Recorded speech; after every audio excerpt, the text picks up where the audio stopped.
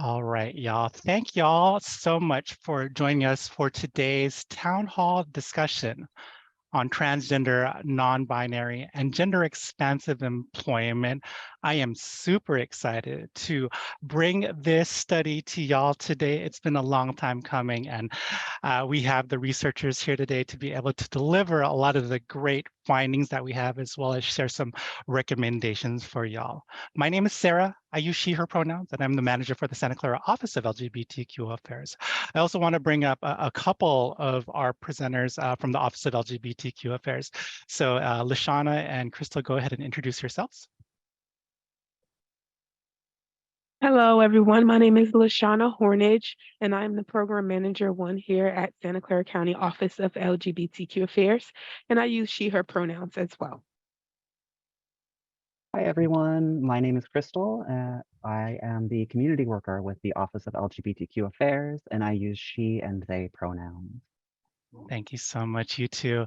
And folks, again, if you're seeing in the chat, I love seeing everyone's names, their pronouns, and their organizations they belong with.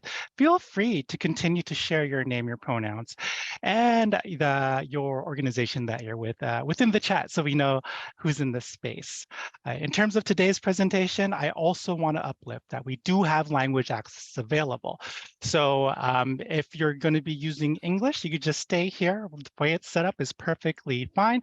But I'm going to go ahead and have our Spanish language access team, as well as our Vietnamese language access team, be able to introduce themselves and talk about how to access language access.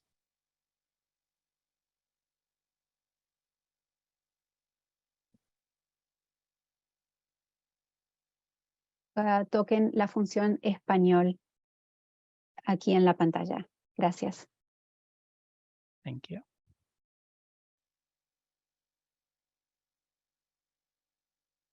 And Tracy or Philip, I'm not sure if I'm hearing y'all. There we go.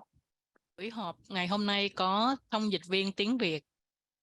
Quý vị nhìn vào cái biểu tượng ở phía cuối màn hình toàn cầu. Quý vị bấm vào để chọn tiếng Việt. Xin cảm ơn. Awesome. Thank you so much, Tracy. And over here, folks, go ahead and click on the interpretation button if you're going to be using either Spanish language translation or Vietnamese language translation. I'll have Crystal put that up as a menu option within the menu bar right now. And folks, today's presentation is going to be interactive. We will have the ability to answer some of your questions and answers. So we did open up chat for everybody to be able to chat with everybody. So feel free to share your comments, your reflections, your affirmations here in the chat menu, just like you are, sharing your name, your pronouns, and your organization. Also use the raise hand feature if you wanted to come off mute. And we also have a Q&A. So during this presentation, if you have any questions that you would want the researchers or myself or the officer, or any one of us to be able to answer, feel free to put it in the Q&A, as Lashana is going to be monitoring the Q&A for today. Now, as for today's agenda, we're going to be going over some of the research, sharing the research from our folks that came to join us from Community Marketing Insights. We'll share some of the findings and our understanding of the Santa Clara County Transgender, Non-Binary, and Gender Expansive community. And you'll hear transgender, non-binary, or even the acronym TGNB a lot. So just note that when we're saying TGNB, we're referring to transgender, non-binary, and gender expansive. Okay. We're also talking about some recommendations for TGNB inclusion, some reflections. So we do have a exercise for y'all, and we'll wrap it up with some Q&A. Now, I do want to bring on a special guest that's joining us today, here to share their opening remarks with today's presentation, today's town hall. Everyone, please give a warm welcome to Dr. Rocio Luna, Deputy County Executive for the Division of Equity and Social Justice. Take it away, Rocio. Thank you, Sarah, so much. Thank you all for joining today's town hall on transgender, non-binary, and gender expansive employment, brought to you by the amazing Office of LGBTQ Affairs and Community Marketing Insights. As you've heard, my name is Rosia Luna. I use she, her pronouns. I am the Deputy County Executive over the Division of Equity and Social Justice. And the Division of Equity and Social Justice is comprised of several key offices. And I wanna just quickly read them off because I think they're all really relevant to today's conversation. It starts with the Office of Women's Policy, the Office of Gender-Based Violence Prevention, the Office of Immigrant Relations, the Office of Labor Standards and Enforcement, the Office of Diversity, Equity, and Belonging, the Office of LGBTQ Affairs, our Language Access Unit, and our brand new Office of Disability Affairs. Collectively, our division works to advance the mission of the county by elevating the most pressing societal issues facing our communities, accelerating action and providing policy leadership across a wide breadth of issues impacting the most marginalized and disenfranchised communities in our county. We bring together community leaders, residents, change makers, researchers, subject matter experts, commissions, nonprofits, and other governmental agencies to address the root causes of inequities and to promote and strengthen social justice efforts across our county. We're very excited to share new findings and recommendations from the lived experience of transgender and non-binary community members throughout the county through this new study. I've read through the report and I feel that while we're making some progress in some areas, we have a long way to go. And I look forward to your ideas for moving forward on some of today's recommendations. I want to acknowledge that today is World AIDS Day. There's still a vital need to increase awareness, fight prejudice, and improve education around HIV and AIDS. World AIDS Day serves as an important reminder to show support for people living with HIV and to commemorate those who have died from AIDS-related illness and to unite us in the fight against HIV. For more information, I urge all of you to please visit the Santa Clara County Getting to Zero link shared in today's chat. Everyone, thank you so much for joining us today. We hope that you'll learn a lot in today's town hall presentation, and I'll pass it out back to you, Sarah. Thank you. And thank you so much, Rocio. Thank you so much for your kind words, and thank you for joining us for today's town hall. Now, folks, we're going to go get into a little bit of an overview, and in terms of our research for today, this was informed by transgender, non-binary, and gender expansive folks that work or live in Santa Clara County. And what's unique about the county, specifically here in Silicon Valley, is that unique characteristics such as a wide income inequality gap, right? A large immigrant population and non-English speaking communities. These are things that affect not only the trans, non-binary, and gender expansive community members in Santa Clara County, but it also affects the intersectionality of the different identities that we seek to serve here. So this study, in terms of finding out what we're trying to do, is that we understand that people experience high levels of stigma and discrimination relative to their cisgender peers when it comes to being trans, non-binary, gender expansive. And these experiences can limit opportunities for folks to be able to pursue meaningful and financially stable career paths. So with this study, we're looking to better understand TGNB folks locally, specifically when it comes to employment. And this project explores the current range of barriers and challenges that trans, non-binary, and gender expansive folks face here in Santa Clara County. So today, we have with us from Community Marketing Insights, Senior Research Director David Paisley, as well as Senior Researcher Dr. Kimberly Balsam, to share some of those findings with y'all, as well as answer some of the questions that y'all might have. So everybody, give it up for today's presenters, David Paisley and Dr. Kimberly Balsam.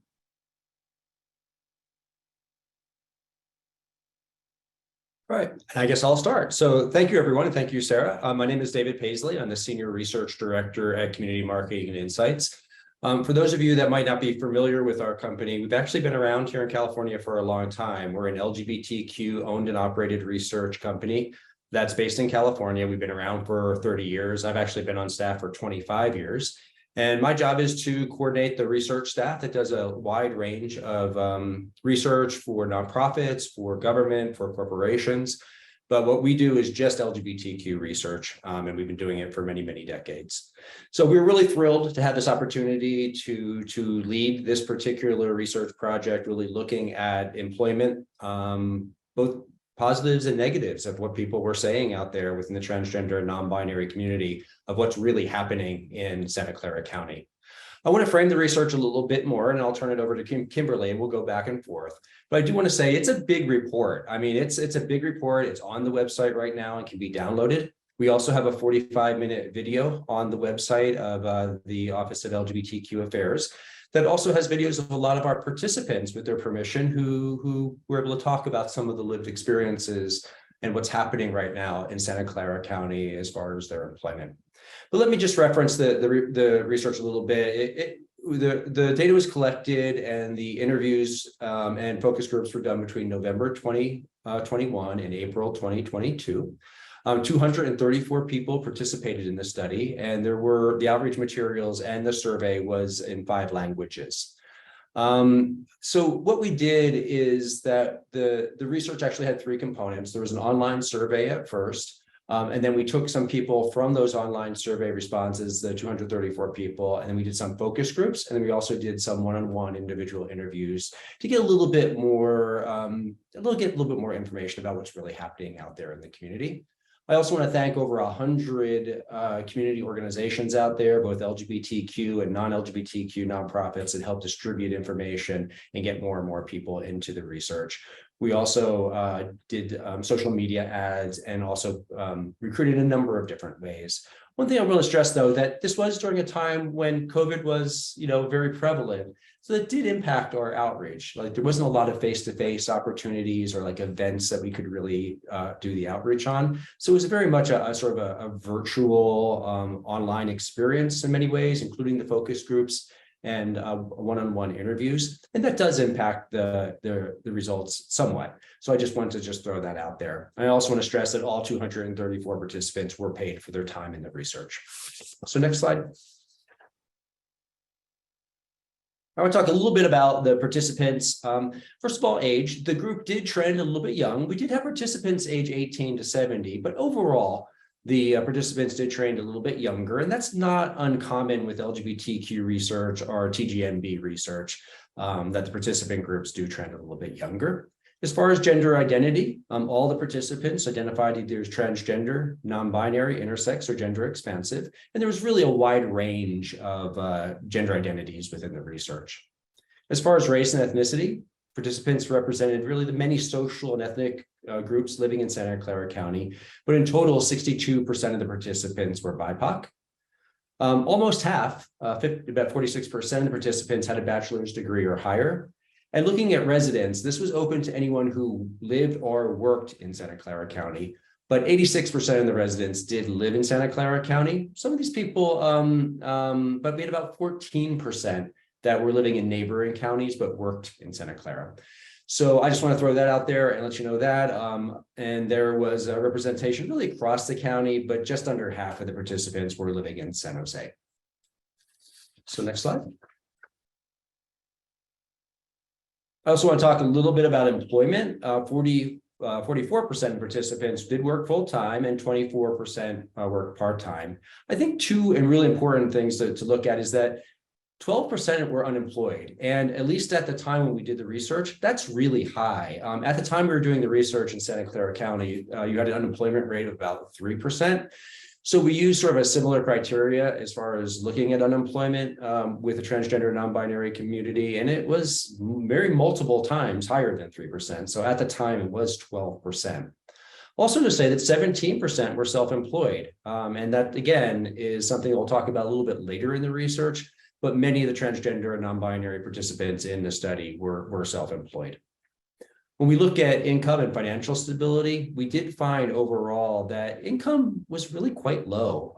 Individual income was $34,000, while household income, which would include like partners and potentially parents or even roommates, was just under $80,000. And looking at the overall household income in Santa Clara County and individual income in Santa Clara County, that is really quite low. And it's really particularly quite low considering that about half of the participants had a bachelor's degree or higher. Also to say that most participants indicated they are financially struggling or doing just well enough to get by, and only about 30% felt financially secure. The biggest places where people had, fiscal concerns were with housing. That's something that came up over and over again. We'll talk about that later in the research, is that housing insecurity was a big issue, and also paying for medical care were the two biggest concerns. And one more slide for me, and I'll turn it over to Kimberly, and then we'll go back and forth. Just a little bit about, really, this is about the impressions of Santa Clara County. So I think overall participants, when they looked at living in Santa Clara County, the feeling was neutral to positive. And what I mean by that is just under half, or 49%, said that the county is a supportive place to work as a transgender or non-binary person. But a lot of people felt, neutral about that kind of statement also. Participants really did find that Santa Clara County was less affirming than places like San Francisco or Oakland or the East Bay. And then basically they felt that Santa Clara County is doing okay, but there's definitely room for improvement. And the three places that they saw improvement was, again, and the places that could really about the concerns about living and working in Santa Clara County is at the very high cost of living, and high cost of particularly housing of living in Santa Clara County.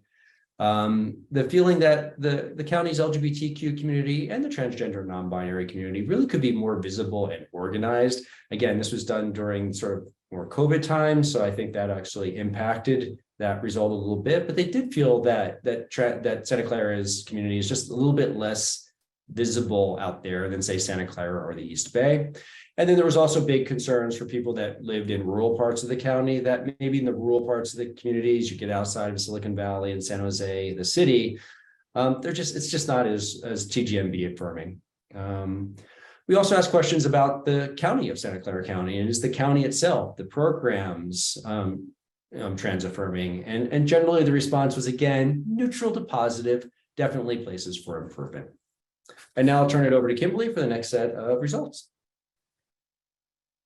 Okay, thanks, David, and thanks to everybody for being here. It's great to see the turnout.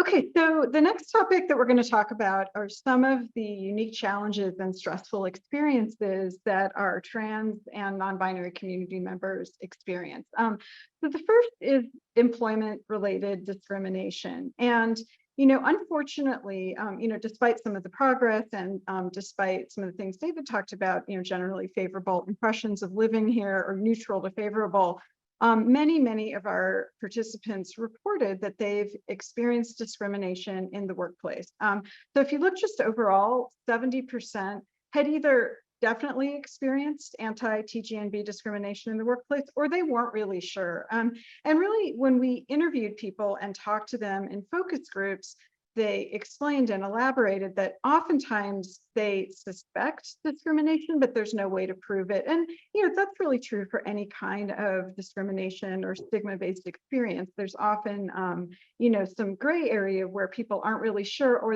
maybe they are sure, but there isn't any definitive way to prove it.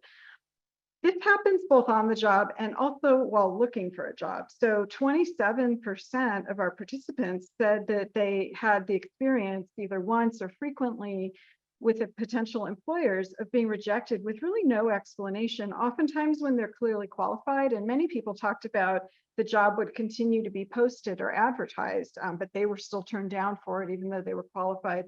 So that really seemed discriminatory. And then 25% have actually directly been told in the hiring process that they wouldn't be hired, and that the reason that they weren't going to be hired is because of their gender identity and or their gender expression. So when we think about how prevalent discrimination is, another really notable thing is that most people don't report these discrimination experiences to anybody officially. So only 24% of our participants had reported this type of discrimination to a supervisor, a manager, or an HR department. And when we talked to them in interviews and focus groups, they expressed a lot of concerns about, being judged, about some kind of retaliation, or even just being labeled as a problematic employee if they were to report. So there are a lot of barriers to reporting And there was really a wish, and I'll get to this when I talk about some of the recommendations that we have at the end of the report, but many people directly said they really wanted the county to step in and create some safe and centralized place that anti-trans and non-binary discrimination could be reported. So you can see on this bar just what people said about experiencing discrimination. But then the final part of this slide is also really important, that we always have to take an intersectional approach to understanding diversity, to understanding discrimination, to understanding the experiences and the lived experiences of trans and non-binary people. So in particular, as David said in the previous slides, we had a high percentage of participants who identified as people of color, or Black, Indigenous people of color, BIPOC. And our BIPOC participants also talked about discrimination based on their race and ethnicity, as well as gender identity. So nearly half of the BIPOC participants. And then when you look just at participants who were Black participants, there were 69% said that they've had racial discrimination in the past 5 years. BIPOC participants also reported a lot more trouble finding employment related to their trans and non-binary identity. And they were also much more interested in getting supportive services to further their career and educational goals. And it was pretty notable. We had a list of 18 different types of supportive services that might facilitate achieving career and educational goals, financial stability. And on all of them, the BIPOC participants were more likely to request these services. So this is, again, is really notable when we think about recommendations. Next slide. So discrimination is pretty prevalent, as we saw, and so are, unfortunately, harassment and violence. And so this slide talks about safety and harassment and violence issues. Now, if we zoom out for a minute and just think nationally, there's lots of research over the past decade that shows that in general, trans and non-binary, gender expansive people are at very high risk for experiences of harassment and violence sort of across settings and over the lifespan. And this is harassment and violence that's really due to their gender identity and expression. We've really seen a rise in anti-trans violence. Recently, I just heard a statistic yesterday on the radio about 2021 being the worst year yet in terms of murder of trans and non-binary people. So this is really a problem that hasn't gone away and is very, very prevalent. And so for our participants, this is really one of the things that links back to their experience in the workplace, because a lot of how a trans or non-binary person is going to feel is related to whether they feel safe to be out and express their authentic gender in the workplace without risk of being victimized. So it's pretty notable that over a quarter, or 27% of our participants, said that they had feared for their safety in the workplace due to their gender identity in the past. And 10% reported feeling this way about their current employer. So I want to just bookmark that. I mean, that's a lot. That's, 1 in 10 TGNB community members feels unsafe on the job right now in Santa Clara County. Below, we have it broken down into specific kinds of violence and harassment. And, you can see that in general, the purple column, or the past job, those percentages are higher than the current job, which is still notable.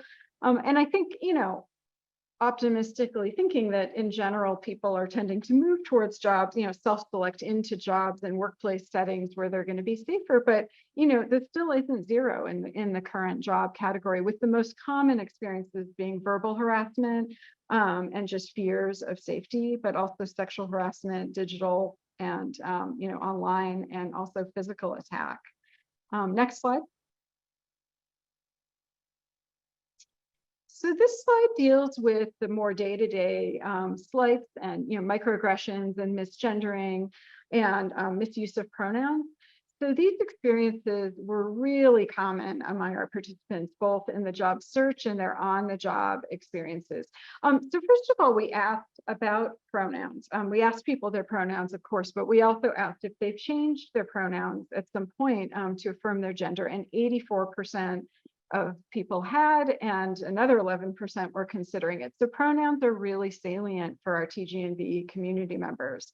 In thinking about microaggressions on the job, so you can see in the second row there that 83% had microaggressions from coworkers in the past and 45% currently. So again, that same trend of, more past than current, but still being pretty prominent.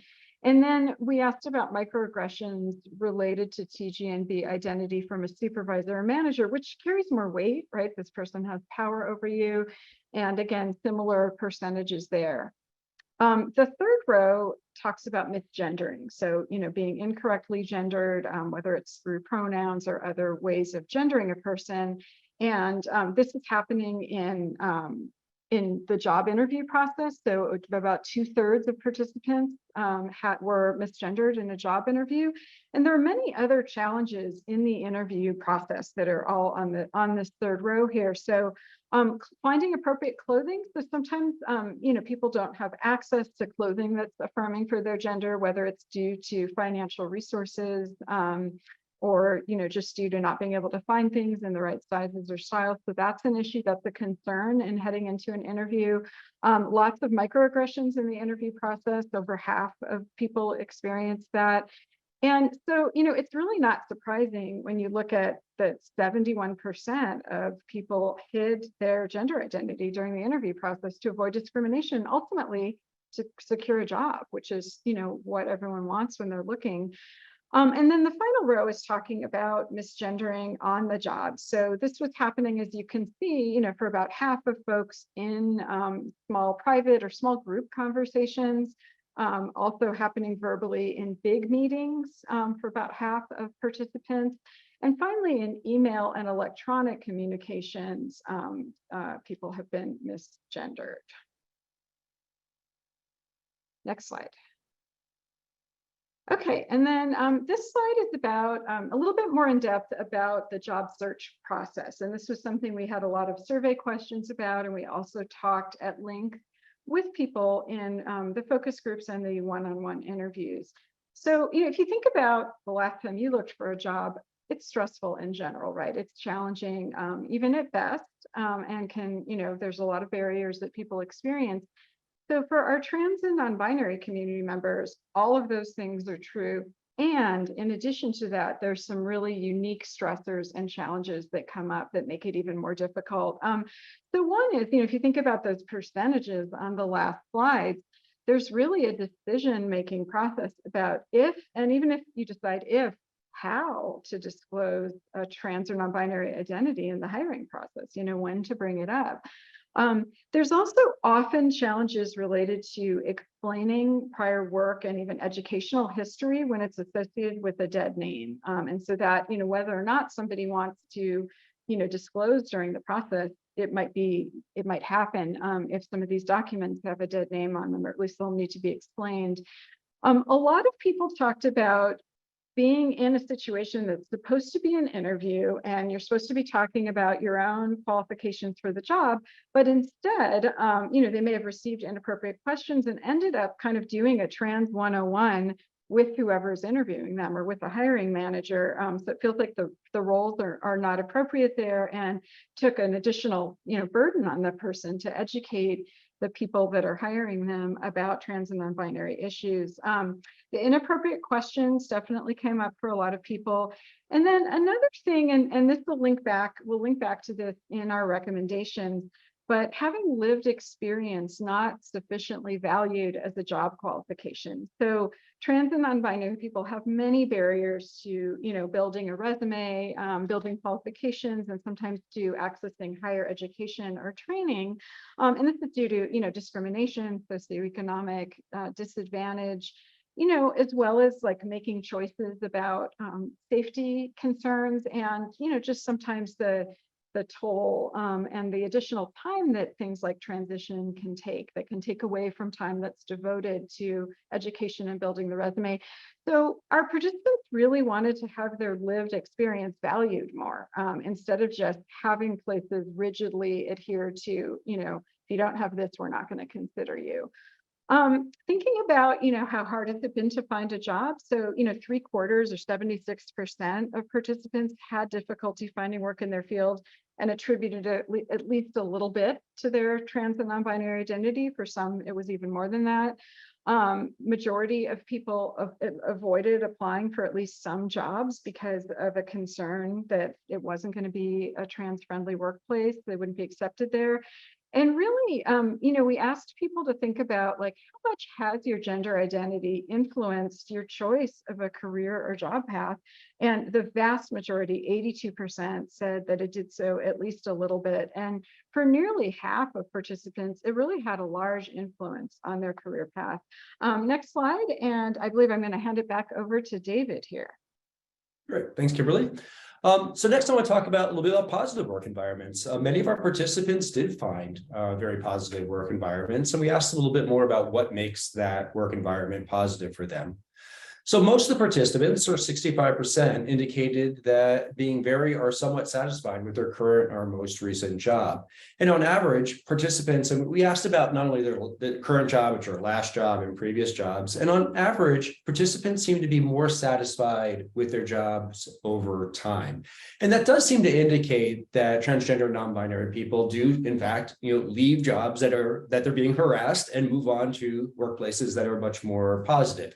And that's really important to know for employers out there. We're living in a time where there are not enough employees out there, right, for the number of jobs that are out there. And if you create a job environment that is harassing for transgender and non-binary people, often, if they're able to, they're going to walk, right? And they're going to walk to a more supportive place.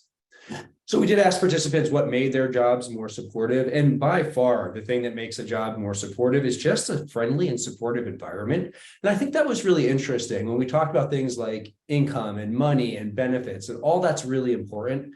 But the thing that was most important was just a job that was a friendly environment, a supportive environment where the coworkers and their supervisors gave people personal respect and gave respect to their contributions as an employee to the company. So by far, that was the most important thing that probably everyone's looking for, but I think particularly for transgender and non-binary employees was the number one thing people were looking for. Also, many people talk to just recognizing that transgender and non-binary employees have some unique concerns in the workplace.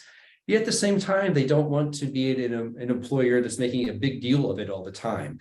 The person's gender identity and expression is important to take into consideration, but what's most important to take into consideration is just the professional respect, and that the employer or the employee is getting the job done and they're doing great work, and they're being recognized for that great work.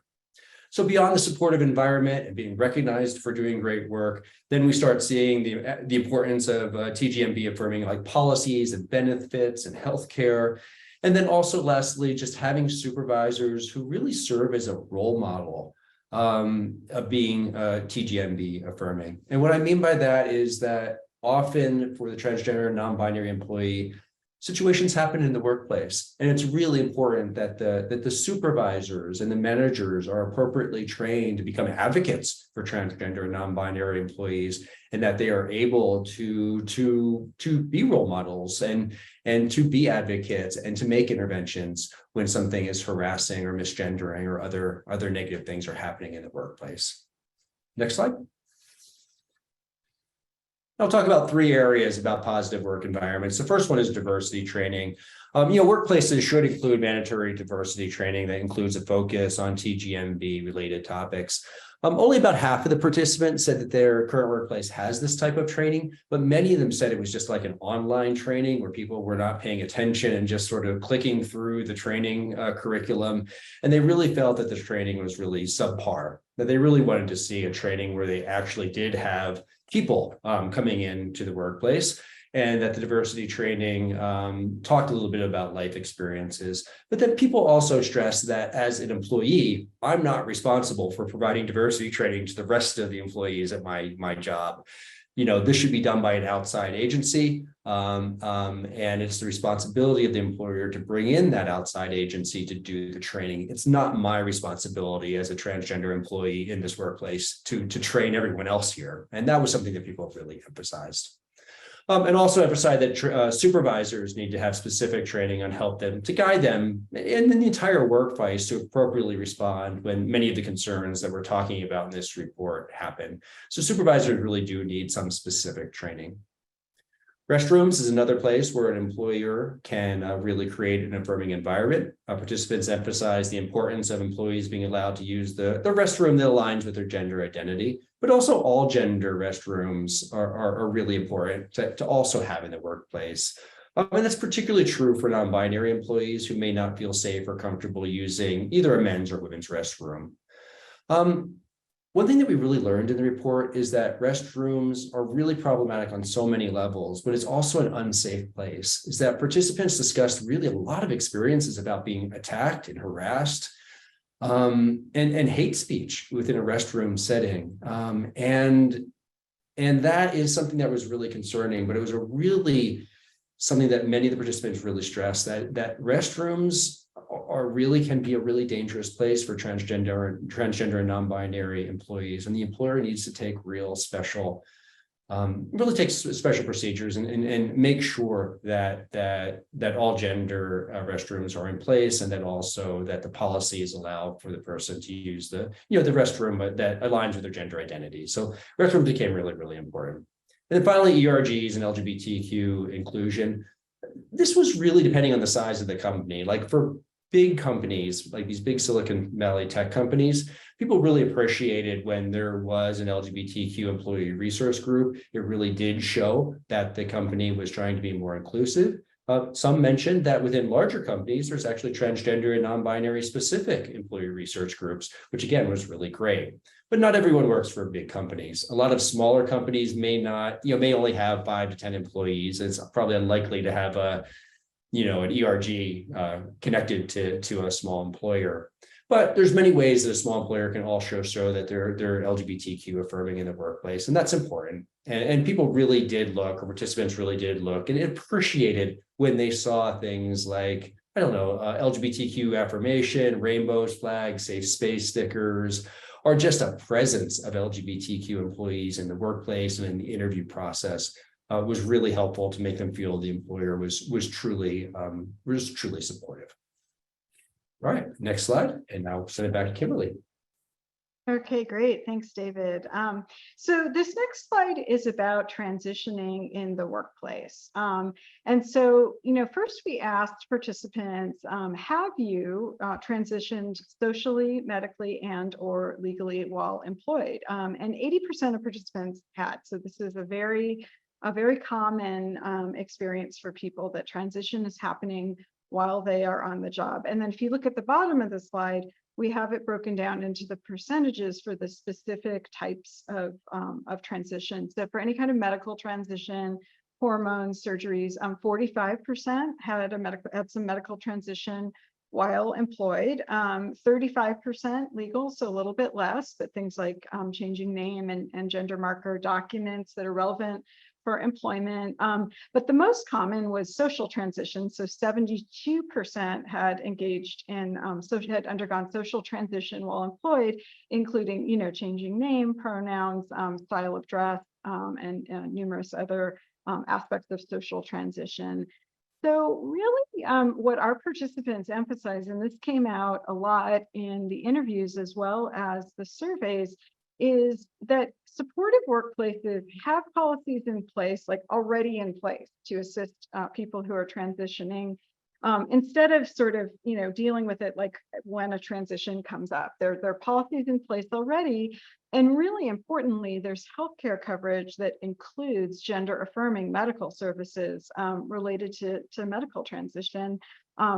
That was very important for our participants. And, another thing, just, given that, just thinking about the legal and medical transition in particular, but really all types of transition, that employers and specifically HR departments really need to have the basic knowledge, the trans 101, and there was some comments in the chat about just having to educate people while you're looking for a job and how stressful that is. I mean, really, this gets to our recommendations that these entities need to have basic knowledge, especially about transition-related topics. You know, what does it mean when somebody changes their name legally? What's needed in a medical transition? Do people need time off of work? What kind of medical care do they need? And really clear policies in place to assist employees and make, you know, what can already be a time filled with challenges and potential barriers, as well as joy and affirmation, but really to make that time make all of that go more smoothly for the employees. Next slide. Healthcare. So healthcare is important for everybody, and then it has some particular relevance for trans and non-binary community members. So really the vast majority of our participants did have some kind of health insurance currently, 84%. But interestingly, only 41% of them were getting this health insurance through their employer. So, you know, David noted earlier the high rate of unemployment. Also, we have, you know, a significant portion of our participants were self-employed, and that's an accident. There are reasons for that that David talked about. So health insurance is really important. Not everybody is getting it through their job. It may also be related to underemployment, you know, people being in, you know, whether it's contract or part-time or temporary jobs, and all kinds of things related to stigma and discrimination. Really, our participants emphasize that a key component to the inclusive workplace is having insurance that covers gender affirming medical care. So it covers transition related surgeries, it covers hormone replacement therapy. And, you know, in thinking about, I mean, there's a lot of different things that people look for when they're looking for a job, but how important is health insurance when looking for a job? And almost everyone, you know, 94%, oh, we just went to the wrong screen. Okay, we're back. So so 94% said that health insurance was at least somewhat important, and you know, 63%, almost 2/3, thought that it was extremely important. That is what trans and non-binary community members are looking for when they're looking for a job.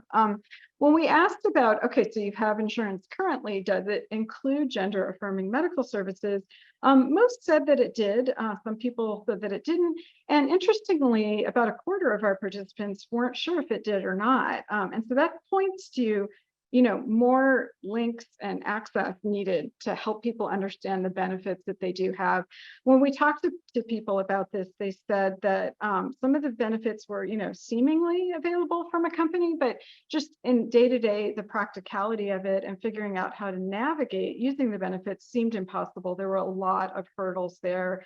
So we do have the bar graph on the left showing how important health insurance is, but I really want to call attention to and underscore the little box on the right about mental health. So first of all, again, zooming out and thinking about the national stage and what we know from data on a national level, we know that due to the, you know, multitude of different kinds of stressors, stigma, violence, harassment, lack of inclusion, acceptance, lack of visibility. There are a lot of reasons for it, but in general, trans and non-binary community members nationally have much higher rates of mental health problems, things like depression, anxiety, suicidality, post-traumatic stress disorder. So that is, you know, a pretty robust finding that's found nationally. It's really important when talking about that. You know, as we know, mental health fields have a history of you know, stigmatization of trans and non-binary people, of, you know, sort of implicating the identity in mental health problems. So it's really important that we all frame this in terms of it's completely expected that people would be having more, you know, minority stressful things happening to them. That equates to, that's driving mental health challenges that need to be addressed. And so because of that, mental health care is an extremely important thing to TGNB community members. So having good mental health care benefits is an important part of a health insurance package, or perhaps access to other kinds of like employee assistance programs through the workplace, but it's also really important that there's access to providers and systems and clinics within that that are TGNB affirming. Mental health is also just an important piece of being able to thrive in one's chosen field, career, job path. So I really want to underscore that and again, emphasize that it's due to the numerous challenges that we've discussed. Next slide, and I'm going to hand it back over to David. Great, thank you. And what I'd like to do now is just talk about 3 types of companies or 3 types of employers that we spent a little bit more time exploring. And the first one was technology companies. I mean, obviously, technology companies play a prominent role in Santa Clara County. And we're able to talk to a number of transgender and non-binary employees that have worked for some of the major tech companies for a very long time.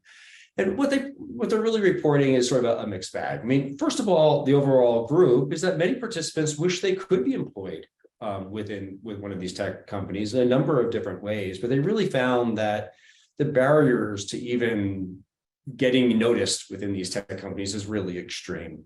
But for those that did work within the tech companies, it was really sort of positives and negatives. On the positives, the tech companies in Silicon Valley really are leaders. They have some of the most robust and inclusive HR practices and gender affirming medical insurance out there amongst corporations.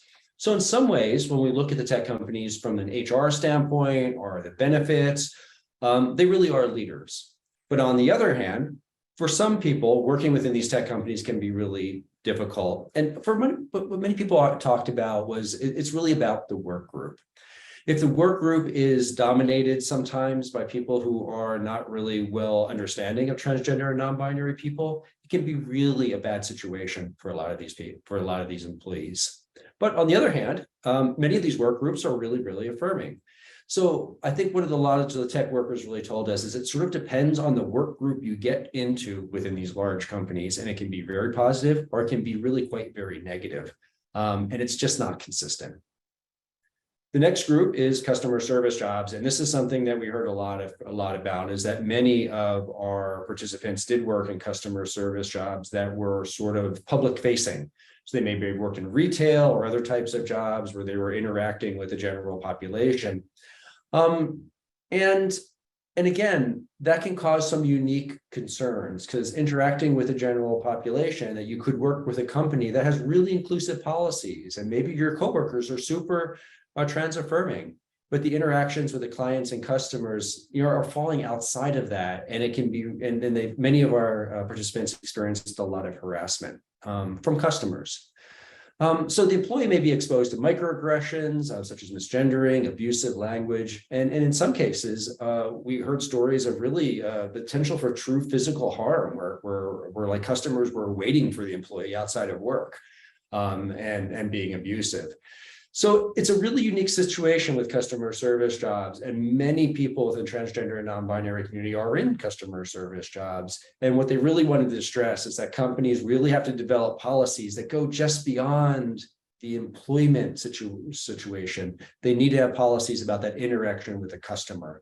That the transgender non-binary employee needs to be able to just walk away. Sometimes there's this attitude that the customer is always right. But if the customer is being harassing, if the customer is being threatening, the transgender and non-binary employee needs to have that right to just say, I'm walking away from this, and letting the supervisor know and allowing the supervisor to deal with it. It's not the transgender employee's responsibility to educate the customer or to diffuse the situation. They need to be able to just walk away from the situation if they're feeling threatened or harassed. And there was also a lot of discussion about how, again, there might be really good training or diversity training within the workplace, but there seems to be very little training about how a supervisor should be interacting with a customer who's harassing a transgender or non-binary employee.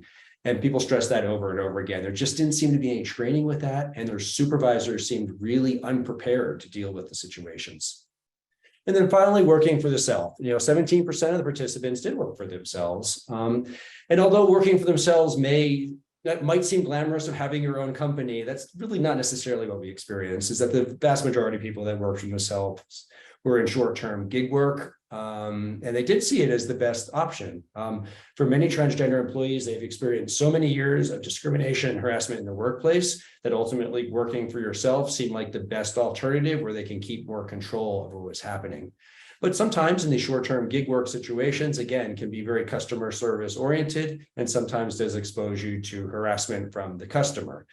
But interestingly, though, when asked about future career goals, 25% of the participants wish they to start or expand their own business. And that's sort of one of the recommendations is I think there are so many people in the transgender and non-binary community that would like to start their own business or start working for themselves, but often need a little bit of support and training about how to do that. All right, and we'll turn it back over to Kimberly.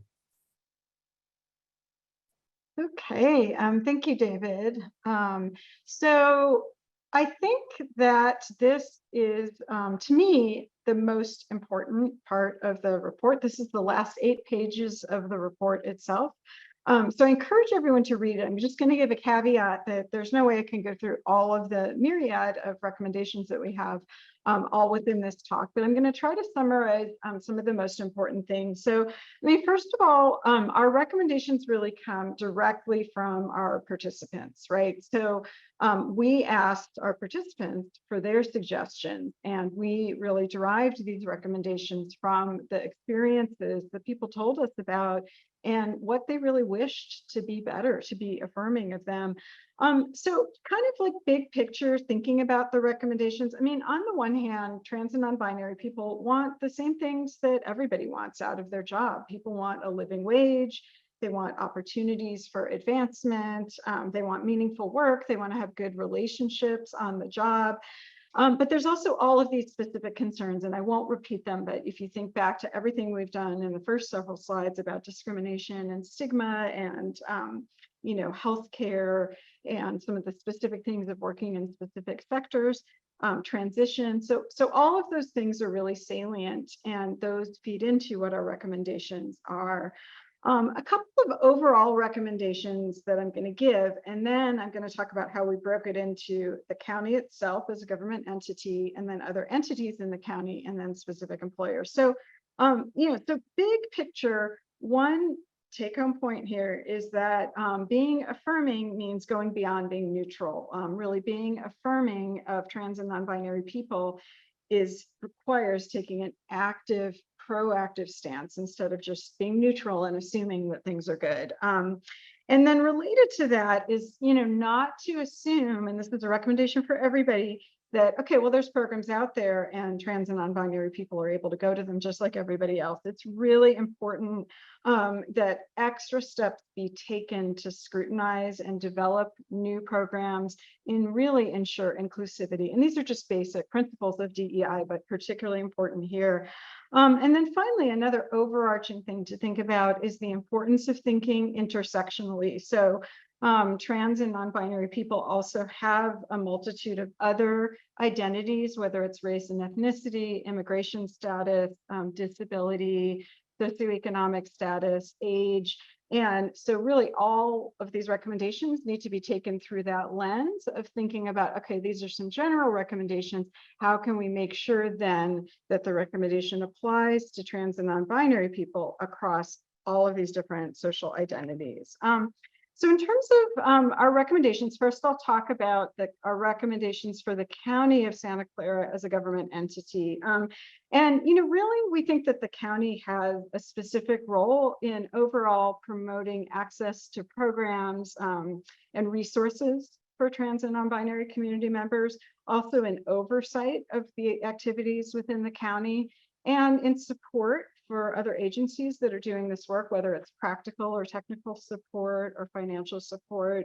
So the first recommendation is to do some increased awareness and outreach, and that might mean increasing the budget really to promote these programs. So it was interesting that, Santa Clara County, as many of you know, is kind of on the cutting edge nationally of counties for offering LGBTQ programming. I mean, clearly there's a lot of work to be done, as there is everywhere, but there are some programs that exist and some people just really aren't aware of them.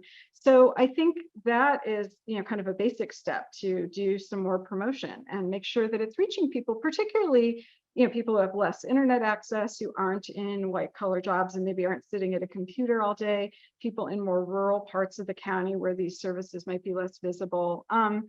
The next recommendation is really developing and promoting a baseline gender inclusion policy, including a trans and non-binary people's employment Bill of Rights is what people were asking for. And, so a lot of our participants thought they didn't really know maybe what their rights were, and just having it broken down into like, these are the things that you deserve and can expect to have in the job process would be helpful to people. That can also be related to public awareness campaigns.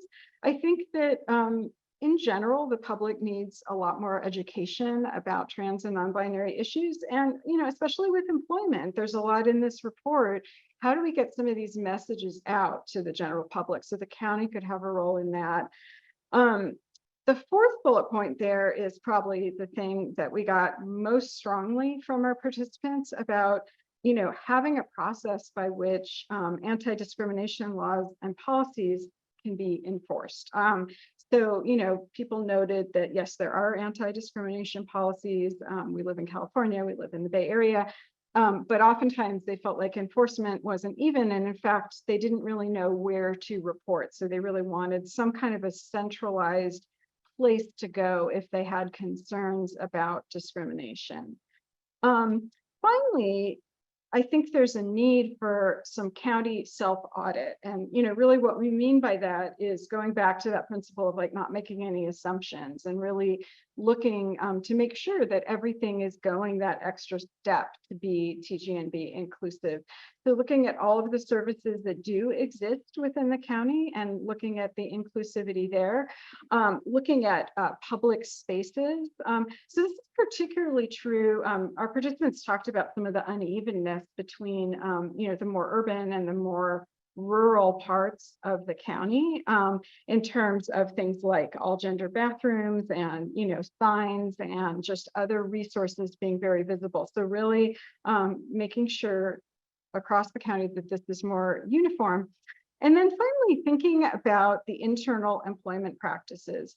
So our participants, had a range of different experiences applying for jobs within the county, applying for a county job. And, many people talked about positive experiences, but there wasn't an evenness. So some people, really discussed that there should be some standardized procedures and forms, and everything should be consistently TGNB affirming. And some of that goes along with flexibility. So a lot of participants talked about county jobs being desirable in particular, but then it goes back to the lived experience and not getting credit for lived experience, because for many county jobs, there's a minimum requirement of, certain type of degree or training program or, certain number of years of experience. And so when possible, we recommend thinking, is there a way to be flexible if somebody is otherwise qualified for the job, and maybe bringing some really valuable trans and non-binary lived experience to the job. And there's really no substitute for that. I mean, for many of these things, it's important not to put the burden on any one trans or non-binary employee or supervisor or manager, but really just the more that the county can support trans and non-binary folks thriving in the workplace, the people's presence there is also going to help transform these systems. Okay, so now moving to the middle column, and this is about entities within the counties, whether this is nonprofits or other agencies within the county, because we think that, it's not all on the county to do this work. This is really up to a number of different entities. It's really like needs to be a whole community-wide process of improvement. So a lot of our participants wanted some kind of a directory and, really having some list or, for somebody to do a little bit of vetting. A lot of this goes on informally. So people talked about asking their friends or, just, looking online, social media to try to figure out where are good places to work for me at this time with my gender identity. But if there's some way of really, creating that with minimum criteria to be met, and then a process for verifying, and that really goes back to like, it's important to go beyond being neutral.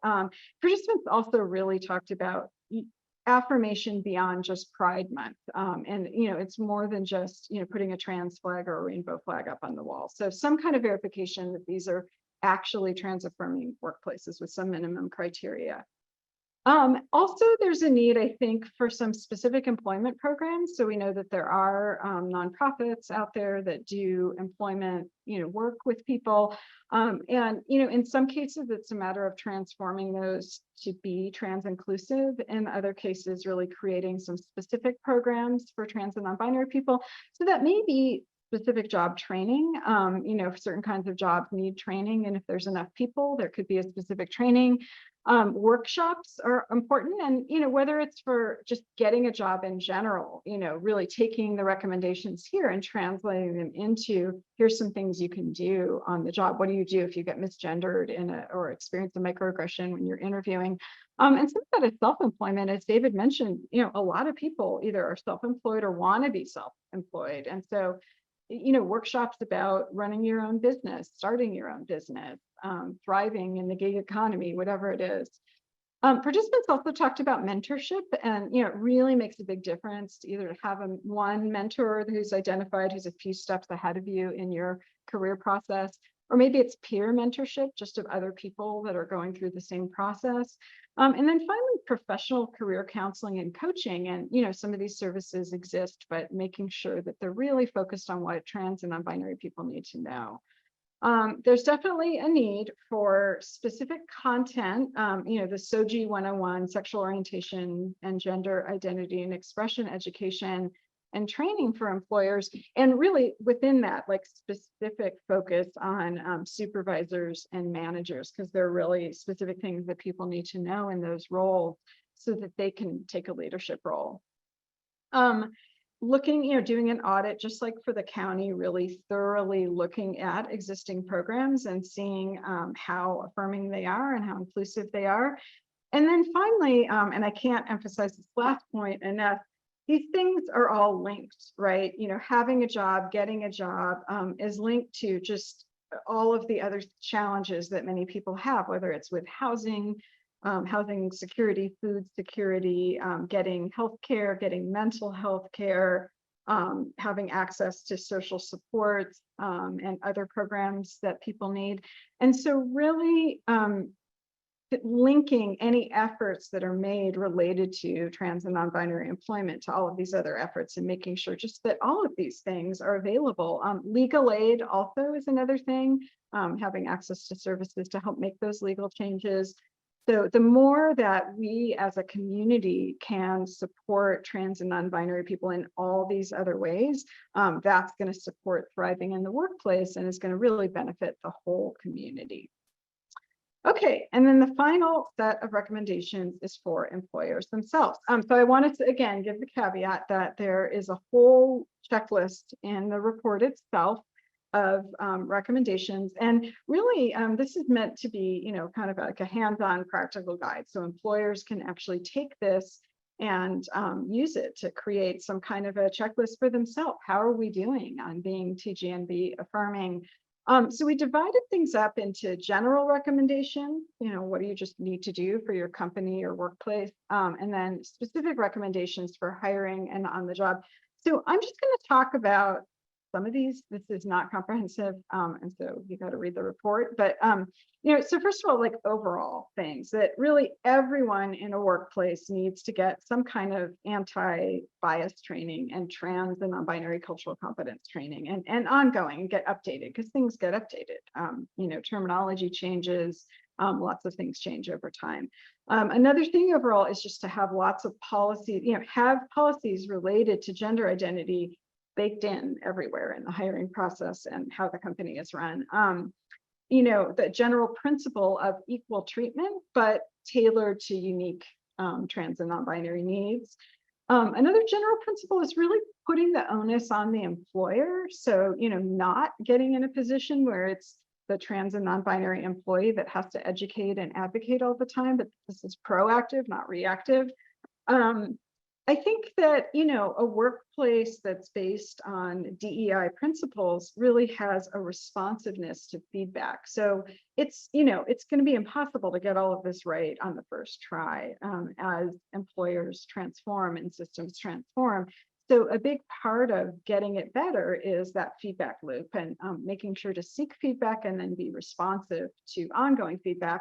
And finally, of course, restrooms, and David talked about that, but just having restrooms that are accessible, all gender restrooms, and really having a policy about that, because restrooms are such a big thing, you know, for trans and non-binary folks. Okay, so in terms of hiring, you know, just some simple things are making sure that, you know, people talked about job applications, only saying, you know, having very binary options, not asking about chosen name, but only asking about legal name. And if legal name needs to be asked, you know, for legal purposes, you know, making that clear. Just making sure that all of those appropriate options are on any forms that people see makes a big difference. Including some focus on lived experience and whenever possible, being flexible with educational and other requirements. You know, looking at materials, if there's brochures, you know, that are going out to try to recruit people, looking at job ads, you know, just seeing if the terminology, the pictures, you know, any way that sort of being trans affirming can really be highlighted in materials goes a long way. You know, it's not the whole thing. You can't just change the look of things. You have to change how things are actually going, but it's a start. And then really doing some quality control. So as we heard from our participants, interviews were often just incredibly stressful. And so, you know, not just taking, for example, the interviewer's word for it that it went well, but having some kind of quality control to make sure that everyone that's interfacing with potential employees is being held to a standard of being trans affirming. And then finally, on the job recommendations, and we have lots and lots of these, so I'll just mention some of them. You know, again, making sure that the policies for anti-discrimination are really clear, that they're transparent, that they're enforced, that there's a clear on-the-job reporting process. Who do I go to if I have a problem? And then not just reporting it, but that there's some kind of remediation steps for people who are repeat offenders. And again, you know, microaggressions are common, and it's just a part of, you know, unintentionally, people can make mistakes, and then people can learn. But if somebody is repeatedly doing something that's oppressive, there needs to be some kind of consequence or remediation. And our participants really emphasize that. Also talking about like dress code and uniform, and having some gender neutral options. And protecting employees from the public. As David said, a lot of people are in the service sector, and having some way that that, you know, you can't control what customers or clients are going to do, but then what happens if something comes up that's harassing or oppressive. Certainly normalizing pronoun sharing, and that's, you know, that's just going to be true across the board, that if everyone shares their pronouns and people are invited to share their pronouns, it makes it safer for trans and non-binary people. Workplace culture, really working on that workplace culture to make it a place where not just diversity, but difference in general is celebrated, that, you know, we all bring all of our different life experiences and identities with us to work. And the more that those differences are respected and celebrated, the more that people with marginalized identities are going to be comfortable. Our participants really wanted supervisors and managers to take more of a lead role in this. So not just to be passive, but really to model what does it look like to be trans and non-binary affirming, and set the bar higher for their employees, you know, really sort of visibly using the correct pronouns, you know, really saying positive and supportive things, having their pronouns in their email address, et cetera. Some of our participants, it was mixed about the flexibility for remote work, but having some flexibility can sometimes create a greater sense of safety, particularly if folks are going through transition, but just in general, having that flexibility when possible. And then, you know, really, we think long-term and big picture, we really want to see more trans and non-binary people in leadership roles. And so there need to be pathways that are fostered, you know, through, whether it's through mentoring or really prioritizing training and working to support trans and non-binary employees to progress and advance in their career. And then finally, you know, part of being in any workplace is socializing. And oftentimes, you know, this is, you know, at lunch or after work, or just other kinds of events and groups. And just going the extra mile to promote inclusion of trans and non-binary people in any kind of social and team building activities is going to go a long way. So I think that's what I'm going to say on that. And I'm going to hand it back over, I believe, to Sarah at this point and read the report because there's lots and lots of recommendations in there. All right. Thank you so much, Kimberly and David and everybody. Please give it up for our panelists, David and Kimberly, for sharing their insights on the transgender, non-binary, and gender expansive employment study and report. Now, folks, we do have an interactive element to our presentation today, and this is going to require us to be able to use a program called Mentimeter. So I'm going to encourage y'all using your phone device if you have it close nearby you, or with the link that Crystal just popped in the chat. Feel free to click on that link. If you don't have the links or you can't access QR, you could go to www.menti.com and use code 24016994 to be able to log on today's activity when it comes to the Menti. And the thing is that we just want to get some of your reactions. We also want to get some of your recommendations based on some of the recommendations that were actually shared in today's report. So we'll give folks a couple more minutes to be able to log on there. And while I do that, I'm just going to stop sharing my screen right here, and I'm just going to open up the other screen and get this Mentimeter going for y'all. So I'm seeing a lot of y'all logging in. That looks great. And what I'll do is go ahead and share my screen. And again, folks, feel free to log on to the Mentimeter. Again, Crystal put that link in the chat for y'all to be able to participate in today's activity. And we'll give folks a little bit more time to log on. And we have some questions for you in terms of some reflections. All right. So as folks log on, we'll go ahead and get started with our first question. And our first question, you know what, I'm going to pass it off to my colleague, Crystal, who's going to ask the round of questions. So go ahead and take it away, Crystal. All right, thank you, Sarah. And we are waiting for that first screen. There it is. So in 1 or 2 words, what feelings are sitting with you after hearing the findings and recommendations? So I know for me, it is disappointed and also kind of a wait, what? I know we've come a long way, especially in the Bay Area, but to see that 10% of people are still experiencing discrimination in the workplace due to TGNB or GE identity, that is just ridiculous. But seeing it in perspective, progress is good. So let's see, what are people saying? Not surprised. Completely agreed on that. More work to do. Yeah, exactly. Sad. Yes, I'm seeing a lot of sad because that's the largest one in there. So much more work, disappointed, heartbroken, not enough resilience. Sarah, do you have any comments? Or Lashana, do you have any what are your words? Yeah, I mean, sad really sticks out. It is disappointing. I think it really sticks out with me in terms of just, or disheartening even, because you think like we're at an Office of LGBTQ Affairs. There's so many organizations that we work with, but one thing that I was thinking about when Kimberly was talking about how we need to do a better job of amplifying and showing the resources that we have. Not a lot of people still don't know the resources that are available for them. So I feel this sense of like, the reality is we need to do a better job of getting the resources to the people that need it the most. And it has to be in multiple languages, especially here in the South Bay.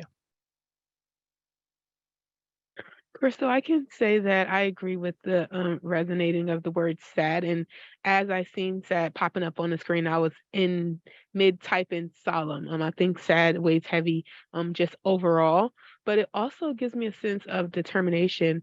As Sarah said, just knowing that we need to do our part to get the information and resources out to everyone and specifically in different languages, because there is just a group of individuals we're missing because we don't have that language aspect down pat. So I think determine kind of is that second part of that, giving a push to kind of help diminish some of that sadness. Yeah, definitely seeing a lot of work that we need to do, both our office and the county as a whole. So our next question is, of the following program recommendations, which two would you make the highest priority?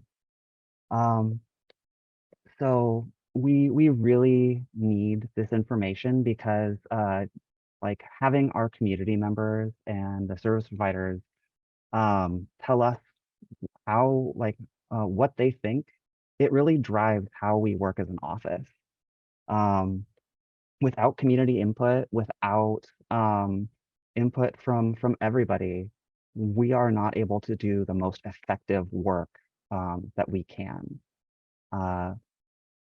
So some of the options are the Transgender and Non-Binary Affirming Employer Directory, the Transgender Non-Binary Specific Employment Programs.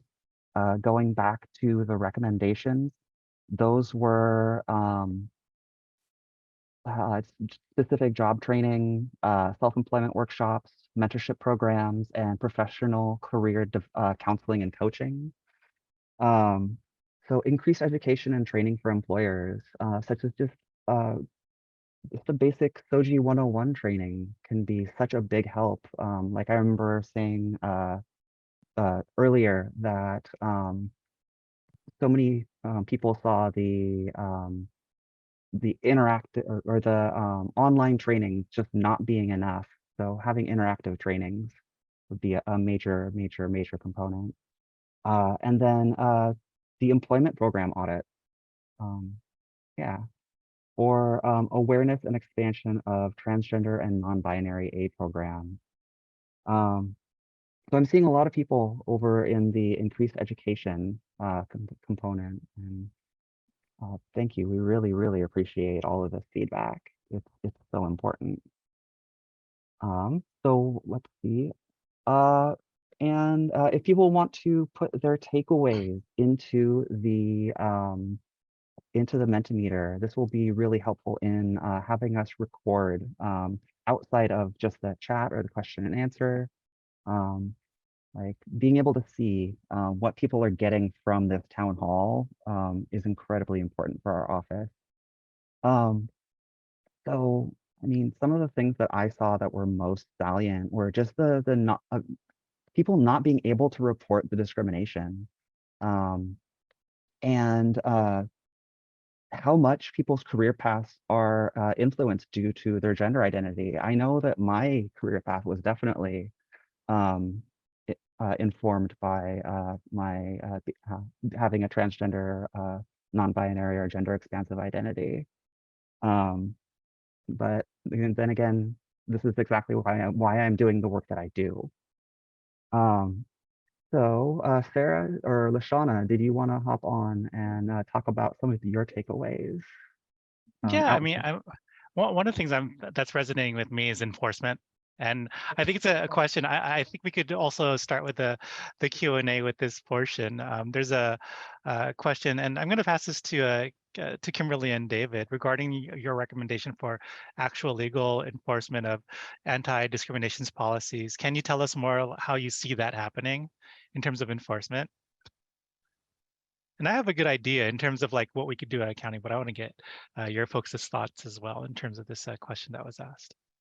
Well, one thing I would say, this is David, first of all, is that I think what participants really told us is that they're sort of aware that laws exist on the statewide level or the county-wide level, but they really don't know where to report it or at what level of, at what level of discrimination is it appropriate to report it that they'll actually get some action done. So there's a lot of just confusion about what the reporting process would be, where to report it. And that was really a widespread comment.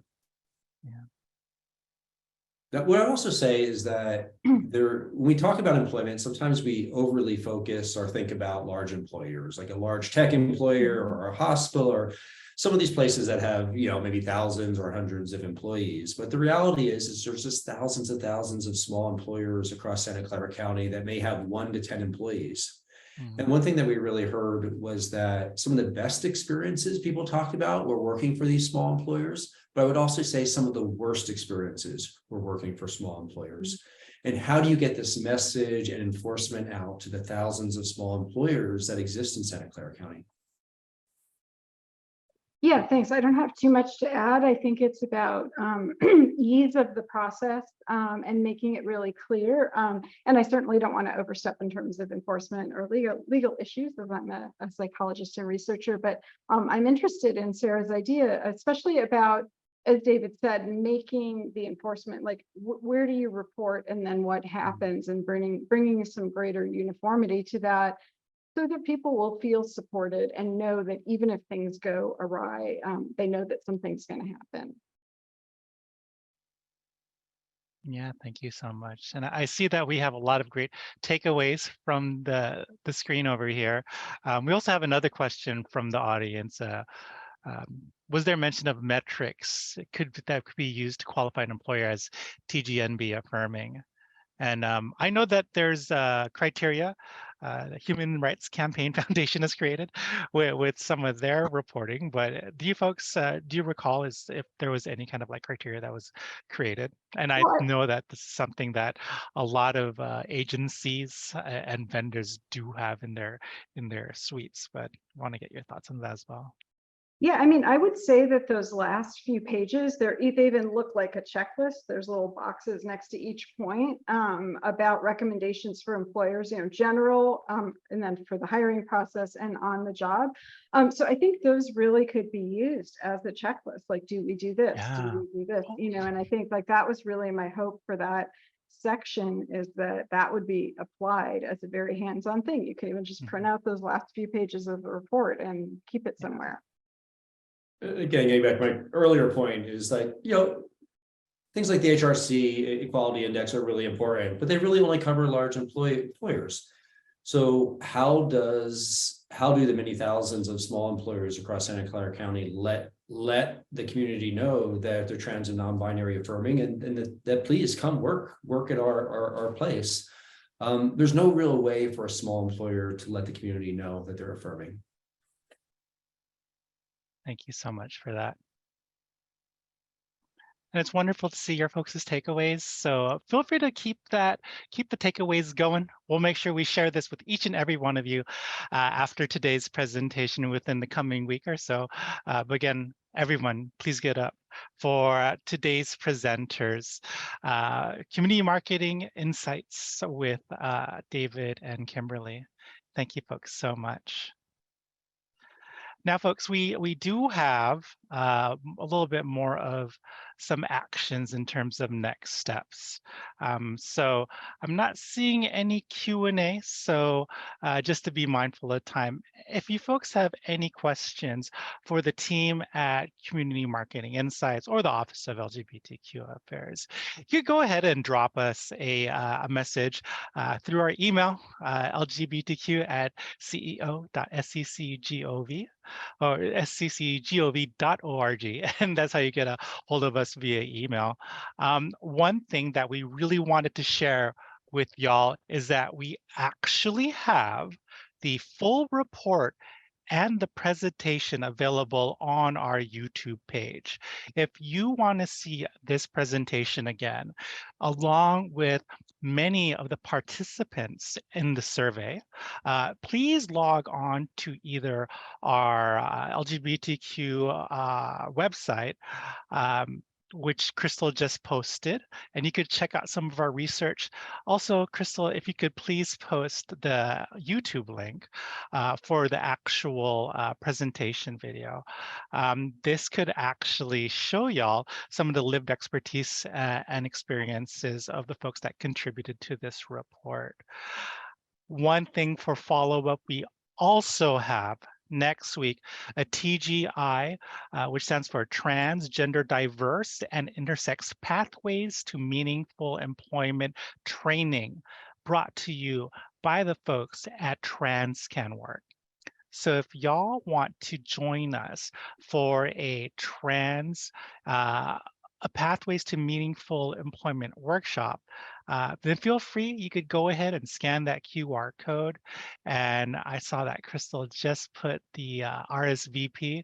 So next week, Wednesday, December 7th at 11 a.m., we will have a workshop hosted by the folks at TransCanWork, and it's going to be a much open, broader discussion as to what we could do to make sure that trans, non-binary, gender expansive, intersex folks have proper pathways to employment, and discuss any questions that y'all might have beyond today's town hall. And of course, if you folks want to learn about the work of our office, as well as the work of community marketing and insights, you could feel free to log on to the websites that we have right over here. But on behalf of the Office of LGBTQ Affairs and Community Marketing Insights, we want to thank y'all for taking the opportunity to be able to join us for today's town hall. Again, this research is available to you simply by logging on to our Office of LGBTQ Affairs website. The presentation, along with panelists that participated in the survey, is on our YouTube page. And if you have any further questions, feel free to drop us an email, drop us a follow on social, ask us anywhere, and we'll do our best to be able to answer any of your questions.